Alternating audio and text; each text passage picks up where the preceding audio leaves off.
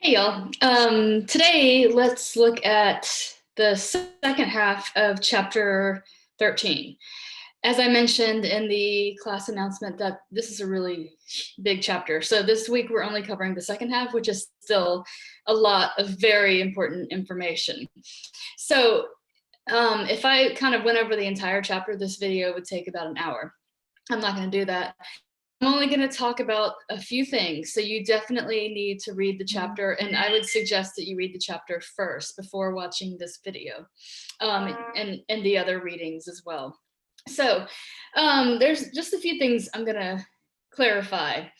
So to begin with, the Compromise of 1850 was really divisive for several reasons. If y'all have already read the chapter, you know that this compromise had to do with the new states in the West, if they were going to be slave states or free states. And this question of the status of those slaves threatened to dismantle the Union. It was looking like that could happen because of how vicious the arguments were about the status of those states. And then Henry Clay came up with the Compromise of 1850 as a way to try to resolve the crisis. All it did was it just delayed the Civil War by 10 years. But there were several important aspects of that compromise. Make sure you read about that. But the one aspect of the compromise that was most problematic or controversial was the Fugitive Slave Act. And hopefully y'all remember that the Fugitive Slave Act is actually in the Constitution. There is a clause there that says if a slave from a slave state obviously runs away or escapes to a free state, that state is legally required to return the slave to the slave state. So that had been in existence since the Constitution, but it wasn't being enforced.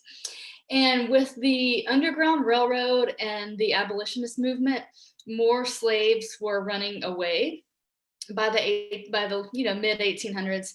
So whenever this Compromise of 1850 was formulated, the South, one of the things that they demanded was that the Fugitive Slave Act began to be enforced. So this was part of the compromise, was that the North had to comply with the Fugitive Slave Act. It caused a lot of problems because a lot of Northerners obviously did not want to be involved in helping capture and return runaway slaves. The law required that Northerners and Northern states have to have facilities that would hold suspected runaway slaves. They would have to use their own facilities like jails. They would have to use their own police department. And the citizens were also required to help capture runaway slaves. In northern states, many of them were not happy at all about this. So 9 of the states in the North passed what they called personal liberty laws. And this is not explained in the textbook, and I really feel like it should be. So they passed these personal liberty laws that said that the state is refusing to use their funds and their resources to comply with the Fugitive Slave Act. The South was furious about this, and they began to argue, well, this is a federal law. The Fugitive Slave Act is a federal law, and therefore you are required to comply with it. Your state is required to comply with it. At this point, many people in the North were like, hold on, I think the South is being a little hypocritical because they've always been about states' rights.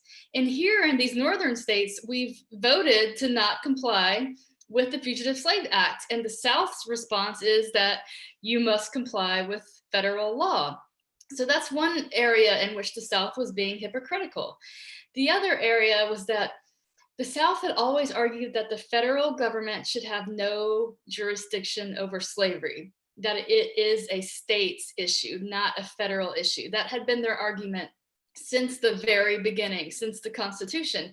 But now the South was saying the federal government has to enforce the Fugitive Slave Act. So once again, the North was like, wait a minute, you've always said that the federal government should have no jurisdiction over slavery, and now you want the federal government to have complete jurisdiction over slavery by forcing northern states to comply with the Fugitive Slave Act. So in these, it was just very hypocritical.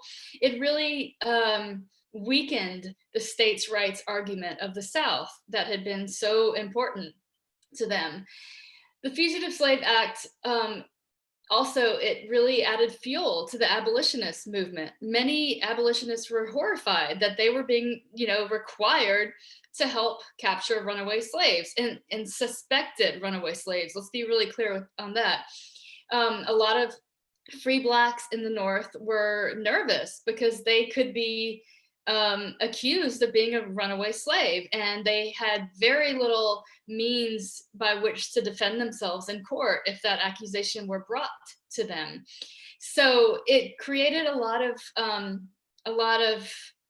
anger in the North, and there were several highly publicized incidences of runaway slaves being forcibly removed from northern cities, particularly Boston, and being sent back down south. And people were this was becoming a big issue, a very big issue. So it got to the point where a lot of Northerners were saying, this isn't even a free state. Like, this is supposed to be a free state, but how can it be a free state if a slave can't be free in this state? A former slave can't be free in the state. Their argument was that once a slave runs away to a free state, that former slave is by law free because they are living in a free state. Of course, the South disagreed with this.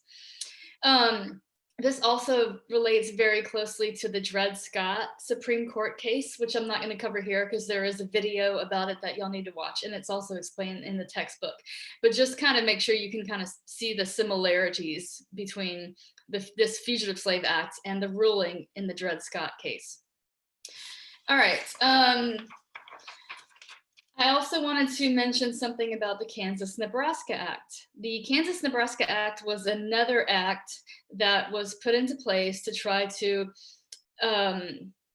determine if states in the West were going to be slave or free, which is basically politics at this time was focused on that issue almost primarily. So the Kansas-Nebraska Act, read about that in the textbook. I'm not going to explain why there was an act, but I do want to explain a couple things about it. The Kansas-Nebraska Act, it put into place the concept of popular sovereignty, which meant that people in the new states in the West, like Kansas and Nebraska, California, all those states, popular sovereignty meant that the residents of those states on whether or not they wanted to be a slave state or a free state.